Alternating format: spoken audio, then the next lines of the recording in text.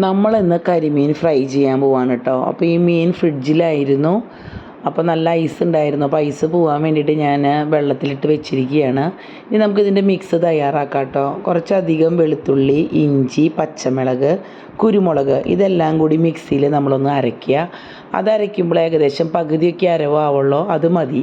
അതിന് ശേഷം നമ്മൾ അതിനകത്ത് ഇൻഗ്രീഡിയൻസ് ചേർക്കണം. ഒരു 2 സ്പൂൺ കോൺഫ്ലവർ ഞാൻ ആഡ് ചെയ്തിട്ടുണ്ട്. 1 സ്പൂൺ മഞ്ഞൾപ്പൊടി ആഡ് ചെയ്തിട്ടുണ്ട് കേട്ടോ. പിന്നെ 1 സ്പൂൺ ഉപ്പ്. മിക്സിയിൽ നമ്മൾ പച്ചമുളക് അരച്ചിട്ടുണ്ടെങ്കിലും മുളക് പൊടി അത്യാവശ്യം ഇടണം കേട്ടോ. നല്ല എരിവുള്ള പൊടിയാണ് നമ്മൾ ഇട്ടിരിക്കുന്നത്. പിന്നെ 1 ചെറുനാരങ്ങയുടെ നീരും നമ്മൾ പിഴിഞ്ഞൊഴിച്ചിട്ടുണ്ട്. ഇത് വെജിറ്റബിൾ സൺഫ്ലവർ ഓയിലാണ്. അത് 2 ചെറിയ സ്പൂൺ നമ്മൾ ആഡ് ചെയ്തിട്ടുണ്ട്. ഇതെല്ലാം കൂടി മിക്സ് ചെയ്ത് നോക്കിയപ്പോൾ എനിക്ക് തോന്നി കുറച്ച് വെള്ളക്കുറവുണ്ടെന്ന് തോന്നി. അപ്പോൾ ഒരിത്തിരി പച്ചവെള്ളം ഒഴിക്കണം. ഒട്ടും കൂടാനായിട്ട് പാടില്ല.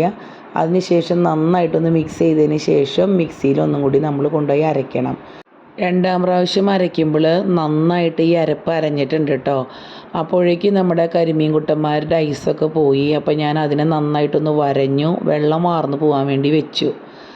ഇനി അതിനെയൊക്കെ നമ്മൾ മറ്റൊരു പാത്രത്തിലേക്ക് പകർത്തിയതിന് ശേഷം നമ്മുടെ ഈ മിക്സ് നമ്മൾ പുരട്ടാൻ പോവാണ്. ആ മിക്സ് അതിലോട്ട് ഇട്ടപ്പോഴാണ് എനിക്ക് മനസ്സിലായത് ഞാൻ വിചാരിച്ച അത്രയ്ക്കും കളറ് വന്നിട്ടില്ല. അപ്പോൾ ചില്ലി പൗഡർ ഇടാൻ മറന്നു പോയിട്ടുണ്ടായിരുന്നു. കാശ്മീരി ചില്ലി പൗഡറാണ് ഇപ്പോൾ ഇട്ടിരിക്കുന്നത്. അപ്പോൾ കളറൊക്കെ വന്നു. ഒരു അരമണിക്കൂറോളം ഞാനതവിടെ വെച്ചു. അതിന് ശേഷം ഒരു ഫ്രൈ പാൻ എടുത്ത് നന്നായി ചൂടാക്കി. അതിന് ശേഷം അതിലാവശ്യത്തിന് വെളിച്ചെണ്ണ ഒഴിച്ചു. പിന്നെ ഒരു 3-4 തണ്ട് വേപ്പിൻ്റെ ഇല ഞാൻ അതിനകത്ത് ഇട്ടു കേട്ടോ. അത് നന്നായിട്ട് മൊരിഞ്ഞ് കഴിഞ്ഞപ്പോൾ ഞാനത് അങ്ങനെ തന്നെ മാറ്റി. ചിലർ അതിൻ്റെ മീതെ മീൻ വറക്കുന്നത് കണ്ടിട്ടുണ്ട്. ഞാൻ ഒരിക്കലും അങ്ങനെ ചെയ്യാറില്ല. കുറച്ച് കഴിയുമ്പോൾ അത് ഭയങ്കരമായിട്ട് കരിഞ്ഞു പോകും. അപ്പോൾ ഞാനത് അങ്ങനെ തന്നെ വേപ്പിൻ്റെ ഇല മറ്റൊരു പാത്രത്തിലേക്ക് പകർത്തി വെച്ചു. പിന്നെ 3 കരിമീനാണ് ഇതിനകത്ത് ഇടാനായിട്ട് പറ്റുന്നത്. ഒരു ഇടത്തരം സൈസായിരുന്നു കേട്ടോ, അതുകൊണ്ട് കുഴപ്പമുണ്ടായിരുന്നില്ല.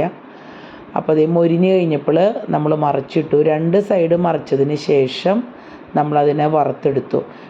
പിന്നെ ഞാൻ നേരത്തെ മൊരിഞ്ഞ വേപ്പിൻ്റെ ഇല മാറ്റി വെച്ചിട്ടുണ്ടായിരുന്നു. അത് ഞാൻ വേസ്റ്റ് ആക്കിയില്ല കേട്ടോ. തൊട്ടപ്പുറത്ത് തന്നെ കൂർക്കുപ്പേരി വെക്കുന്നുണ്ടായിരുന്നു. അപ്പോൾ ആ വേപ്പിൻ്റെ തണ്ട് ഞാൻ ഇതിലോട്ട് എടുത്തു. അപ്പോൾ ആദ്യത്തെ പ്രാവശ്യം നമ്മൾ 3 മീനാണ് വറുത്തെടുത്തത്. അപ്പോൾ നമ്മൾ 2ാം പ്രാവശ്യം വീണ്ടും നമ്മൾ മീൻ ഇടാണ് കേട്ടോ. ഇതിലും അതേ 3 എണ്ണം തന്നെയാണ് കൊണ്ടത്. അങ്ങനെ നമ്മൾ 2 ട്രിപ്പേ വറുത്തുള്ളൂ. അപ്പോഴേക്കും എനിക്ക് പോകാനുള്ള സമയമായി. പിന്നത്തെ ഞാൻ മീൻ അങ്ങനെ തന്നെ ഫ്രിഡ്ജിൽ വെച്ചിട്ട് പോയി. പിന്നെ ഞാൻ വൈകുന്നേരമാണ് അത് വറുത്തെടുത്തത്. ഇതിൻ്റെ ഫൈനൽ ലുക്ക് ചെയ്തിരിക്കുന്നത് നമ്മുടെ സിയക്കുട്ടിയാണ് കേട്ടോ. അവൾക്ക് സബോളയും ചെറുനാരങ്ങ നീരില്ലെങ്കിൽ അവൾക്ക് ഇറങ്ങില്ല. അപ്പോൾ നമുക്കറിയാം സാധാരണയായിട്ട് മീൻ വറുക്കുമ്പോൾ നമുക്ക് ഉപ്പ്, മഞ്ഞൾപ്പൊടി, മുളക് പൊടി ആവശ്യമുള്ളൂ. വല്ലപ്പോഴൊക്കെ ഒന്ന് നമ്മൾ ടേസ്റ്റ് മാറ്റി പിടിക്കാനാണെങ്കിൽ ഇങ്ങനെ ചെയ്ത് നോക്കാം. വളരെ ടേസ്റ്റാണ് കേട്ടോ.